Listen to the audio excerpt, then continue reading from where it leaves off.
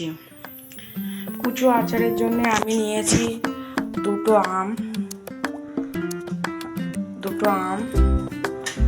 এটাকে ছাড়িয়ে আমি কেমনভাবে রেডি করবো আপনাদের দেখাচ্ছি। তার জন্য কুচো আচারের জন্য হচ্ছে মশলা নিয়েছি 5 ফোড়ন, কালো সর্ষে,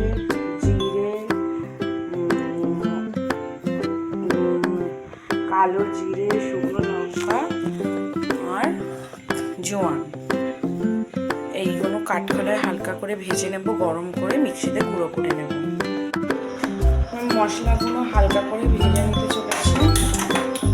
বেশি লাল লাল করে ভাজবে না, একদম স্লো করে আস্তে আস্তে করে একদম জাস্ট গরমটা করে দেবে।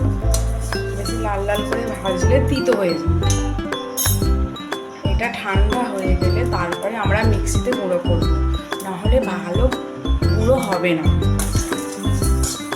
এটা এখন ঠান্ডা হবে, 2 মিনিট বাদে আমি এটা গুঁড়ো করে নেব।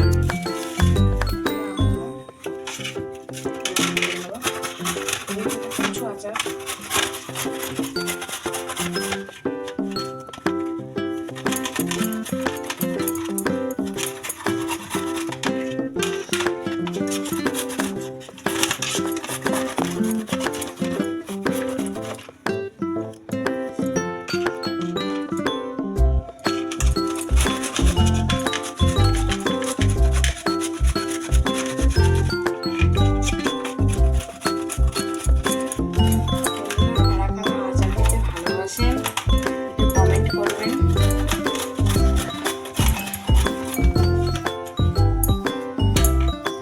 ছেলেকে দেখুন, এত দুষ্টু, সে খালি দুষ্টুমি করেই যায়।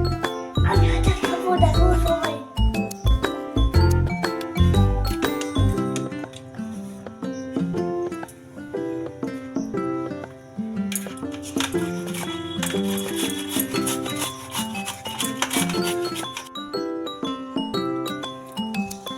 নমস্কার বন্ধুরা, মশলা করে নিয়ে চলে এসেছি।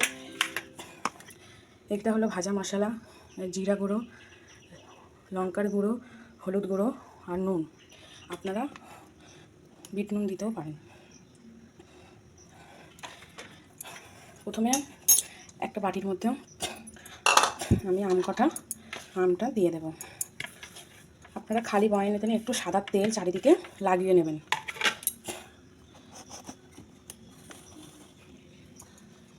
তাহলে আচারটা খারাপ হবে না। এর মধ্যে দিয়ে দিলাম নুন, তারপরে হলুদ গুঁড়ো, তারপরে জিরা গুঁড়ো,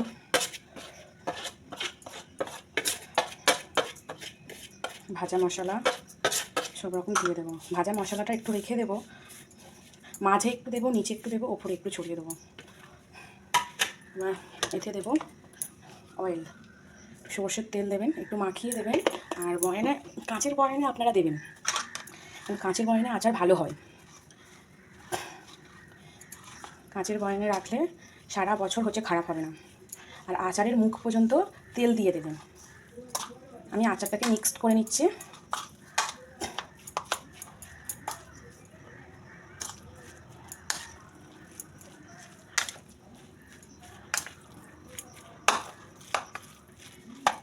মিক্স করা হয়ে গেছে, আর একটু তেল দিয়ে দেব।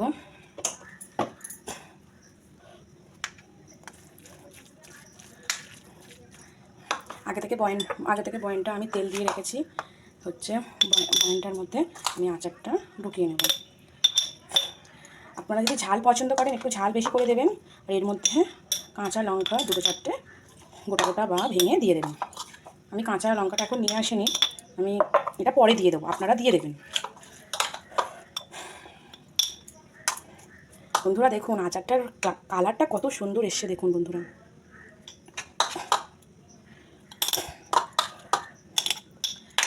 এবার একটু ওপরে একটু ভাজা মশলা দিয়ে দেব, তার উপরে কুচো আচার দিয়ে দেবো।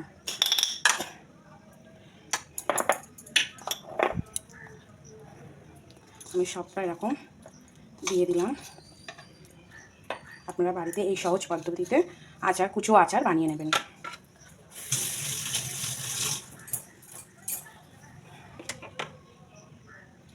লাস্টে বয়নের ওপরে আমি তেল দিয়ে দিলাম বেশি করে।